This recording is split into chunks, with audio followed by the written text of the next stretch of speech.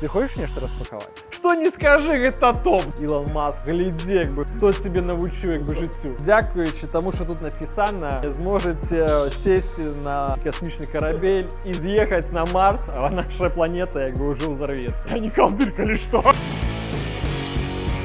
Hello! Это топ вернулся, працуем у жніні. Саша, про що випуск? Не здарма сёння я прывёў Рыгора да помніка Тадеушу Касцюшку. Таму сёння у нас будзе вялікі выпуск аб тым, як беларусы праяўлялі сябе ў часы войн, што беларусы, можа, ўжо і не такія мірныя людзі, і падчас вайны мы былі вельмі крутымі і зрабілі вельмі шмат военных инноваций. Ну, главное не забывать, что война это все ж таки херня, да, и главный герой нашего сегодняшнего выпуска, який досить шмат зробив для военных инноваций во всей Европе, и он был супраць войны и лечил, что это тотальная херня, как я уже сказал ранее. Лайк, коммент, шер, рассказывайте про наш видос всем сябрам, мы поехали.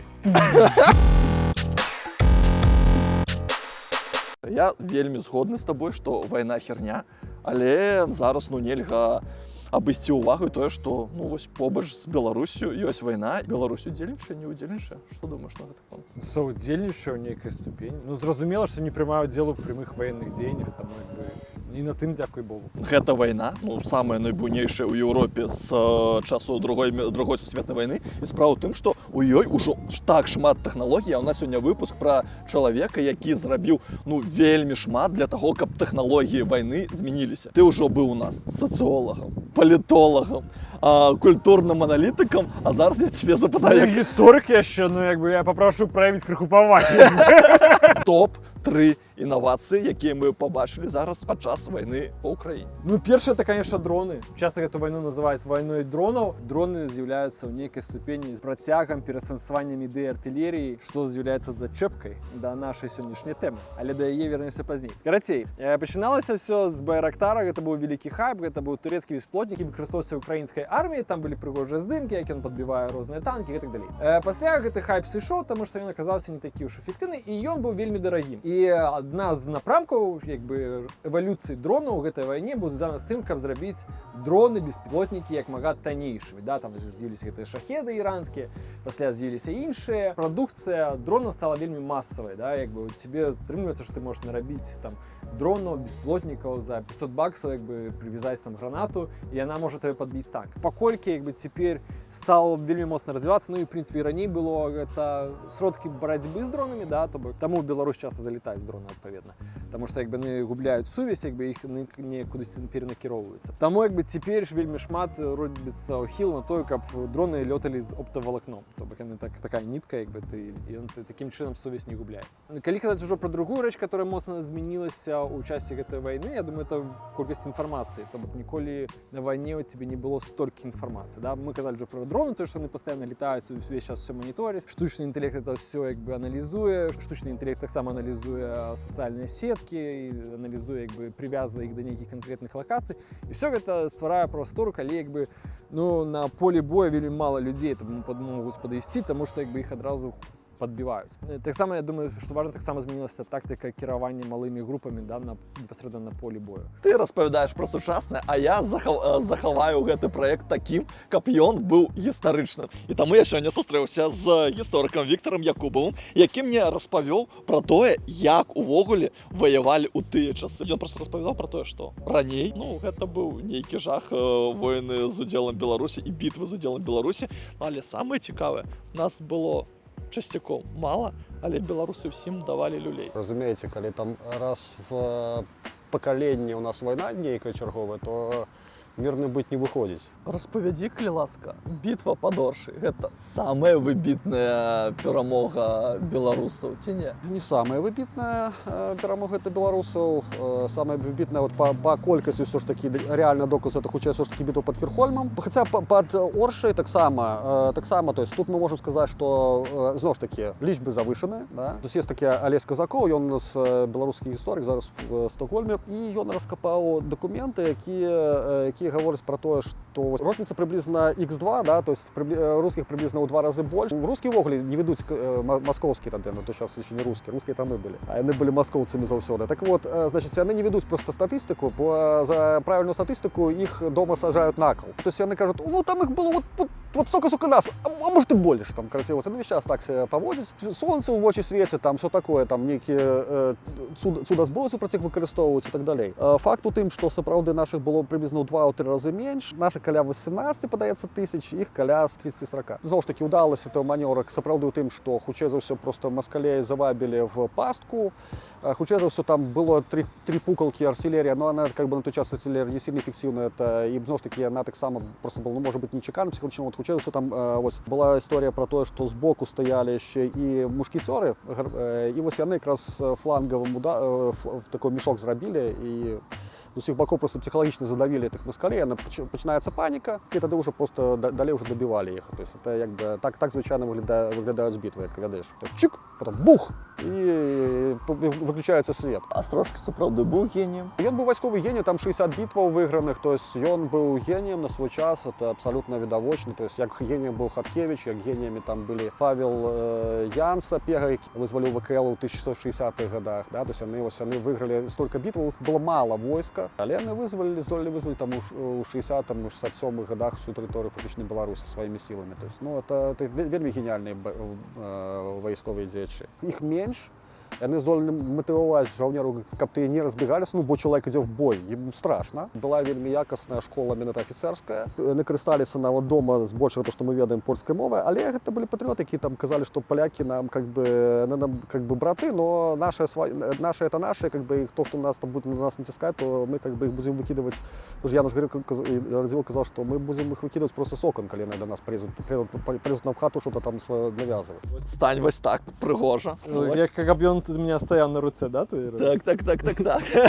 Да, я думаю, третья речь, которую важно сказать, якби, я не думаю, що на мост змінився, але сапраўды для лінії нашої розмови про Костюшку можна узгадати. Это оборончие линии. Тут можно два приклады привести. Один украинский, другой российский. То бок украинский — это Авдеевка, это, по сути, пригород Донецка, который там брали несколько годов, и немагчыма было его взять, потому что там находились великие оборончие линии, рвы, окопы, минные поли, там природные некие перешкоды. Ну, примерно то, что Литва теперь будует на меже с Беларусью. И с другого боку, российский приклад — это вот эта так званая линия Суровикина, так само, которую не могла украинская армия провести, коли там починався контрнаступ по 23-м. Зараз будзе вельмі класны расказ аб тым, што беларусы сапраўды заўсёды вельмі класна рабілі абаронныя вось гэтыя гісторыі. І Касцюшка тут, на жаль, не інаватар, але Касцюшка вельмі таленавіты вучань, і ён вельмі класна ўсё гэта адаптаваў. Зразумела, Касцюшка ў якасці такого якаснага вельмі вайсковага інжынера, ну бо зноў ж таки зрабіць там умацаванне пад Саратогай там ці Вестпойнт, да, за которым можна схаваць селян, бо амерыканцы пачаткова это селяне, да, на якіх прэ рэгулярна і лепшая брытанская армія з артылеріяй, са всім тым вельмі дасведчаным жаўнерам. І каб гэтыя галадранцы са стрэблем просто выстаялі, ну это вельмі варта ўпавагі. Ну это не інновацыя, это просто добрае якаснае выкарыстанне тагачаснай думкі вайсковай, да, то есть у нас праводзіліся, скажем так, постоянные война пришла, да, весь час прокатывались пэўныя технологии, апробировались у дзейнасці, да, розных кшталтаў бастыённыя системы, да, которые там насыпались перад умацаваннями земля там, да. Так само не наши вынаходцы, это голландцы, там итальянцы. Мы их сюда привезли, поставили. У нас, например, по часу этой самой войны ось потопа, да, у нас там, например, той же самый Слуцк выстоял, там Быхов вельмі довго протрымаўся, то есть там Брестская крепость просто курит в стороне просто никак вообще, то есть там города в обороне трымаліся годами, что там амаль 10-годдзя, там 5 годов минимум, да, там Слуцк тоже протрымаўся в розных там, ну там понятно, что приходили, заходили, але там вельмі серьезные были и бои, и лепшие технологии нельга недооценивать их самых москалей, бо яны еще подчас аж перед Дашанской битвой уже закупались и артиллерией, и инженерами, и у Голландии, у них в Германии закупали мушкеты, ну, тогочасные там тадрушницы, то есть они закупались технологиями уже тады. Тогда уже немцы нормально все гандлювалі з москалями через наші голови. Ми так само не дурні, відповідно, у нас наші інженери і вчилися і закупались так само інженери німецькі, італійські, французькі, голландські, які сюди приїжджали і вчили вже наших, і наші, відповідно, ось це все комбінували. Костюшка, він же ж поїхав, у нас отримав тут у Варшаві, отримав вищу едукацію військову і поїхав вчитися потім ще у Париж, у Францію. А тут він вже поплив воювати за незалежність, відповідно, Америки. Він, справді, був едукований по європейських узорах. Це не була інновація, але це була вельми якісно зроблена інженерна праця, яку, ну, справді, була талановито зроблена. Тому воно все вельми допомогло в той час. Ну, я думаю, что теперь пора идти уже на распаковку, Саша. Ты хочешь нечто распаковать? Заўсёды распакоўка гэта наш самы маст, і мы зараз ідзем на распакоўку, а вы ставіце лайк. Гэта відэа пабачыла як мага больш людзей, бо сапраўды гэты скарб, які мы набылі дзякуючы ахвярадаўцам ініцыятывы Мальдзіс, ну гэта сапраўды выбітная гісторыя. Все, ходим. Галоўны герой нашага выпуску гэта якраз такі чалавек, які дзякуючы навукі, ну, зрабіў рэвалюцыю у вайсковай справе. Безумоўна, паколькі вакол вайны круціліся інавацыі, да, таму што табе, каб ваяваць, як бы трэба быць увесь час інавацыйным. І шмат у чым, як бы, ВКЛ не было вельмі інавацыйнай краінай у сэнсе там войнаў, да, ну там хутчэй іншыя праблемы былі, але сэнс зводзіўся да таго, што ўсё ж такі яго шмат у чым накіравалі на захад, у Нідерланды, каб ён таксама вучыўся, даследаваў, як гэта працуе ў іншых краінах, каб бараніць краіну сваю ўласную.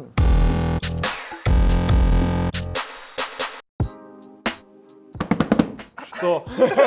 Рыгорушка! Як заўжды, у вас галоўная роля ў гэтай справе. Блин, у меня такое адчуванне, што я ўсё ж такі ведаеш, як чыноўнік, які адчыняе нейкую гісторыю з лентушкамі вось гэтую. Но теперь, Александр Ивулин, все по-серьезному. Теперь Што ты дастаў? прошу опрануть, и теперь будем карыстацца толькі адпаведнымі пальчаткамі, калі судакранаемся з гісторыяй. Не, на самом деле, сапраўды, як бы, гэта лапаўшчыну пора спыняць, як бы, ведаеш? Асабліва на фоне таго, што ты зрабіў мінулы раз. Much later. На нейкі Справа ў тым, сярэдні што ўзровень. сапраўды полацкі Не перекидывай ты Ну, ответ так. Историки просто порежут. Давай, ты просто спокойно станешь. Что тут? Ну давай, для інтрыгі. Тут помник.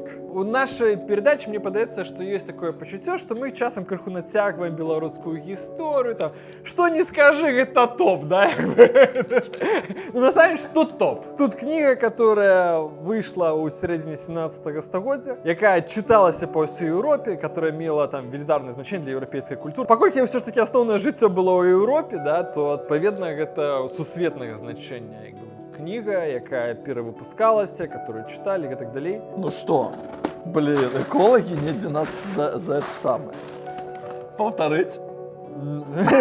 Не, Саша, все, это мы спынили. Перед вами книга «Великое мастацтва артиллерии» Казіміра Семеновича. Семенович? Гэта, дарэчы, Аршанец, я ведаю, все мы ведаем, что не, сержант... сапраўды, ён амаль зоршы. То есть наш Віцебскі рэгіён гэта сапраўды вось калыбель усіх талентаў. Калі згодны, стаўце лайк. Невядомого паходжання, в принципе, то есть може бути оттуда, але знову ж таки, може не Аршанський, Дубровінський, може сапраўды з тих росіянів, може бути некий просто мещанин. Ми мало вельмі ведаємо мещанських гербов. Там є у нього на титульній сторонці, так, там є наверху герб. Ось гэта самае, нейкі там герб называецца Астоя. Ён належаў шматлікай шляхце, але ні аднаго Семеновича сярод іх не было. Да? Значит, калі это не шляхецкі герб, то мог быць мещанскі герб, так само выкарыстоўвацца мещанамі. Але так само, ну, тады пытанне, якімі мещанамі, адкуда мещанамі. Яго кароль наняў як капітана, уже потым быў намеснікам кароннай, менавіта польскай збраёўні. Пачаў вайну дзейнасць сваю пад Смаленскам. Може бути, він був серед тих колоністів, які жили у Смоленську. І зі Смоленська потім перемістився на територію Великого князства, і там, може бути, на територію України, і далі у Польщу. Може так бути. Тобто тут ми не ведаємо. Тобто архівально поки що там ще шмат треба шукати. Хто він такий, откуда він узявся, і куди він зник зрешти. Шапері X. Що це означає? Чапта, частка.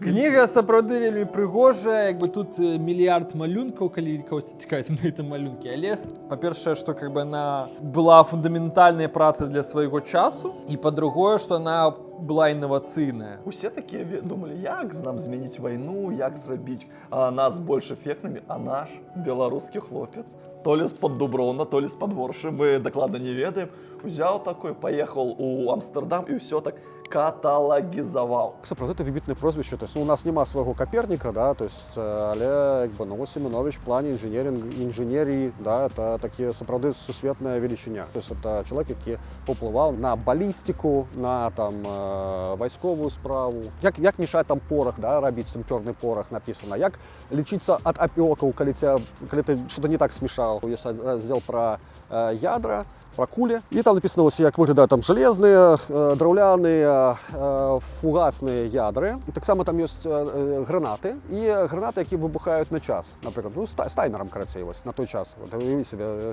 1650 год. У нас там ідзе паўстанне Богдана Хмельніцкага, грамадзянская вайна казацка-сялянская са шляхтай. Гэты малец выдае такі канкрэтны падручнік па тым, як рабіць вот гэты все выбуховыя штукі, як там закладаць эти міны, якія варыянты ёсць. Там, наколькі ведаю, падаецца 20 табліцаў агулам і там штосьці каля 200 малюнкаў. То есть это вельмі вялікая праца. Ну вось, глядзі.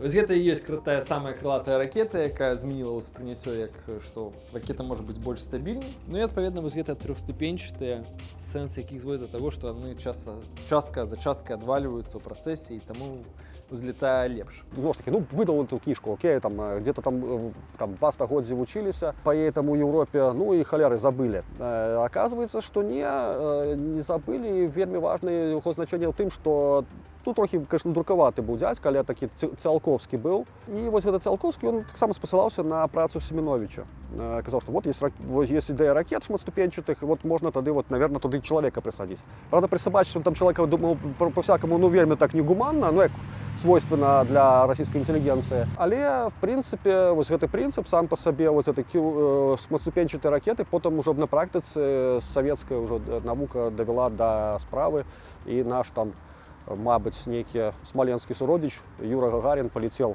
першым пасля сабакі ў космас. Ілон Маск, як бы. Глядзі, як бы, хто цябе навучыў, як бы, жыццю. НАСА таксама казала, што спасылалась на гэты твор, казала, што вельмі якасна напісана. Просто удумайся, які гэта быў геніяльны чалавек, які прадбачыў свой час. Дзякуючы таму, што тут напісана, вы, земляне, зможаце сесці на нейкі касмічны карабель і з'ехаць на Марс, а наша планета як бы ўжо ўзарвецца. Таму як бы цэніце тое, што тут напісана. Не, ты звярнуў увагу, дарэчы, што вось на трэцяй старонцы ёсць крыж такі, як у Брута, амаль. Тебе так ж мотоцилла, как бы. Не, ну- Все-таки профессионал, как бы. Не, ну, дай серьезно, себе взять. серьезно. Умея повесить якорь, как бы, на актуальную историю. Можа, гэта крыж Ефрасіні Полацкай? Ну, напишите сказку в комментариях. Але далей няма. І далей, няма нумерацыі. Нумерацыя сверху ідзе, бачыш. Але без крыжэй. Неверагодная просто праца, просто топ. Ты готовы до того побачить самый пригожий малюнок этой книги? Ну давай. Концепция наступная. Вау. Это называется «Цмок Семенович». Это пиротехнічний цмок, как бы, и это, певно, самая пригожая частка этой книги. Тут, на самом деле, больше 200 малюнков, все вельми файные. И все, шмат, які были, как бы, вельми важные интеллектуально. Мне навіть з'явилася думка, що на наступне купальня можемо побудувати з цього цмока і жахнути. Я латыні не ведаю, але малюнки просто топ. І якасць, конечно, топ. А гэта якога года выдання? Это 1651, то бок это франкамоўны пераклад. Спачатку выйшла на латыні у 1650. На пачатку ён піша, што ён літоўскі рыцар і служыць у польскім войску, то бок Рэчы Паспалітай. Да, і уступ гэта, в прынцыпе, апошняе, што ён напісаў у жыцці, таму што пасля ён знік. В 50-м году он издал штосьці, а в 51-м году ён знікае. Ёсць там версія, што кшталту ён загінуў, можа быць, нават забілі нейкія там яго канкурэнты там, але гэта такі, знаеш, невядома. Нема доказаў гэтага там такога архіўнага. Што з чалавекам стала невядома. На той час просто было шмат історый просто такіх, вот чалавек просто захварэў, аспіріна нету і все. Кінули яго дзе-небудзь у якую-небудзь магілу безыменную і все. Ты глядзі, я пакуль падзякую мецэнатам, скажу, што гэтая кніга была набытая дзякуючы беларускім ахвярадаўцам, рэспект ім. Там 5 чалавек, которые ахвяравалі сродкі на гэтую кнігу. Публічна мы кажам пра 2 толькі. три вирішили зостатися анонімними, часи такі. Да, це Павел Данейко і Іван Шило. Ну, дякуємо всім підсирим, всім респект. Опа! Это ты, карацей, калі пробежал триатлон. Мне здаецца, што гэта таксама нейкі фейерверкная гісторыя, бо вось тут прототип, вось тут у нас запалы, і тут фейерверки. Гэта 100% фейерверкавая гісторыя. Ну, зараз рыхтуецца пераклад на беларускую мову, наколькі я ведаю. Я ведаю, што і па-руску таксама рыхтуецца пераклад. Оно выходзіла паўсюль, на розных мовах, выходзіла па-ангельску, выходзіла па-нямецку, па-французску, на латыні, па-польску. Ну, вось насталі часы, што і па-беларуску, і па-руску выйдзе. Спачатку мы пакажам гэтую кнігу па-за Беларусю, а пасля яна ўжо калісьці, дай Бог, калі выйдзе 1300, то мы гатовы ўжо і хоць заўтра спрабаваць гэта перадаваць у Віцебскі абласны музей. Сапраўды твор яго гэта вельмі геніяльны твор, таму што ён зноў ж такі, ну таму што ён атрымаў прызнанне, слухай. Праз год быў перакладзены на французскую мову, ты стаў падручнікам для французов, для французской артиллерии, всей. Вот это вся Bible of France, там все эти Наполеоны и прочее, то есть они учились по падручніках Семеновича. Наступных 200 гадоў, да, там фактычна ўжо вялікага пералому гэтага і вынаходніцтва артылерыі і бездымнага пораху, да, яны карысталіся падручнікам Казіміра Семеновича ў Францыі і там праз пару гадоў таксама і в Германії. Гэта была масавая перакладная літаратура, якой практычна карысталіся. З нядаўніх часоў менавіта прозвішча Семеновіча вельмі ушаноўваецца ў Беларусі. Бо калі рабілі каля Нацыянальнай акадэміі навук такое кольцо беларускай навукі, то першым там быў Францыск Скарына пастаўлены яму помнік, другім Казімір Семенович. Ну, то бок гэта відавочна big name, то бок яго чыталі, ім захапляліся, яго перакладалі на камерцыйным рынку, ён пісаў рэчы, которые інавацыйныя, плюс это даволі фундаментальная праца, да, то бок яна велізарная, там шмат спасылак, ну, зносак да іншых аўтараў, якія пісалі. Ну і плюс, я думаю, важны момант, што ўсё ж такі гэта напісана чалавекам, который навуковец, который не любіць вайну. І ён сапраўды напісаў гэта гуманістычна, але з разуменнем таго, што ўсё адно гэта частка жыцця, да? То бок тыя часы вайна ідзе бясконца, і ну ты адпаведна павінен умець ваяваць. Да набыцця гэтай кнігі ведаў нешта пра Семеновича? Мала. Слухай, насамрэч, гэта я не ведаю, як так атрымліваецца, што нібыта ў школах ёсць прадмет беларуская гісторыя, но насамрэч мы нічога не ведаем, да? Нават у Літве ёсць нават інстытут, які носіць імя Казіміра Семеновича, ёсць у разы раней за нас, там з'явіўся помнік Казіміру Семеновичу, гэта вось трохступенчатая ракета, а мы такія сядзім, у нас Францыск Скарына і ўсё. Не, ну Францішак Скарына, дарэчы, таксама з'яўляецца прадуктам недаўняй эпохі, да, то бок ён не сказаць, што ён быў вельмі вядомым там 150-200 гадоў таму, да, это просто людзі з цягам часу падымаюць уласную гісторыю, пачынаюць больш пра гэта казаць, і тады гэта ўваходзіць у абыход, да, не тое, што увесь час гэта існавала. То бок мы рабілі пра Каліноўскага, таксама у некай ступені прадукт эпохі, которая была пасля Каліноўскага. Адпаведна і Семенович, да, чым больш мы будзем пра гэта казаць, чым больш мы будзем набываць кнігі, чым больш мы будзем там ставіць помнікі, таксама ён стане інтэгральнай часткай некага супольнага гістарычнага наратыву. Ну так у нас, слухай, у нас шмат што робіцца нашмат пазней. То есть суседзі заяўляюць пра свае правы, придумываются эти правы, ну и говорят, что это их. Ну и так. Так, на жаль, бывает. Покуль своей головой не начнем думать, то за нас будут, все у нас будут забирать все, казаць, что это не ваше. Калі у літоўцаў есть пэўныя доказы, яны могуць лічыць сапраўды, што там ён адтуль паходзіць. Чаму не? То есть тут я не могу сказаць, што яны не правы, потому что, зноў ж таки, это не зусім тое пытанне, якім я займаюсь прафесійна. Можа, там есть нейкія доказы, но наколькі я разумею, што там не сильно вялікія доказы. У нас таксама няма прямых доказаў того, што он паходзіў там з Дуброўны, там з гэтага роду, там доказ того, што там нейкі князь Семёнович, да, атрымаў некую зямлю под Дуброўнай, ну холера, ну ведаеш, не. Это не доказ, там, причем это 1300 нейкі там год, ты больше это зноў ж таки под Дуброўна належала там не Семеновичем, а этим Друцким, это іншы род, это княжеский род, але это іншы род, и тут пытанне. А каб як мы вывучаць гісторыю, ганарыцца беларускай гісторыі, у верасні адбудзецца вельмі крутая падзея. Рыгор, табе слово. 7 вересня мы вас запрашаем на фестиваль Мальдіса, де ви зможете побачити Сашу Івульну в першу чергу, але так само побачите велике мистецтво артилерії, ви побачите книгу Сімеона Полоцького, ви побачите тут ВКЛ, Радзівіловську карту ВКЛ Дніпрецька. Короче, ви побачите вельми шмат всього, ми вас запрошаємо. І так само будуть шмат класних дискусій. Посилка буде в описанні, якби ви можете все прочитати, реєструйтеся, приходьте. І нам треба подякувати не тільки ахвердаўцам ініціативи Мальдіс, дзякуючы яким атрымалася набыць, вярнуць вось гэты гістарычны помнік, які вельмі важны для беларусаў. Мы дзякуем вам за тое, што вы дагледзелі гэта відэа до конца. Для нас гэта вельмі важна, для нас гэта вельмі цікава, каб больш людзей даведалася пра крутых беларусаў. Они былі такімі калдырамі, як мы з Рыгорам. Я не колдырка или что? Для протокола я отзначу. Так ось, не былі такімі лабухамі, як мы з Рыгорам. Так пойдзе? Лабухі пойдуць? Давай недосвідчені люди, скажем. Каб вы не были такими недореками, як мы з Рыгором. Калі ласка, поставьте лайк этому видео, напишите под им комментар, и мы хутенько вернемся до вас з новой историей, з новым крутым артефактом. Тому подпишитесь, калі ласка, это так само вельмі важно. І так само чекайте велізарніше відео на YouTube-каналі Чеснок Лайв. Саша рихтує вельми класну історію. Ми можемо сказати про кого? Конечно, про Василя Быкова. Нарэшце мы вось рэлізнем гэта відэа, таму вельмі вялікая праца. Я спадзяюся, вельмі вам спадабаецца. Калі Саша будзе першым чалавекам, які збірае по 100к і на Максі Каржы, і на Васілі Быкове, мы тебя признаем королем YouTube. Ну, блин, боюся, што не атрымаецца. Боюся, што менш. Але Все, всім дякую. Всё, Щасливо. задолбал. Пакуль.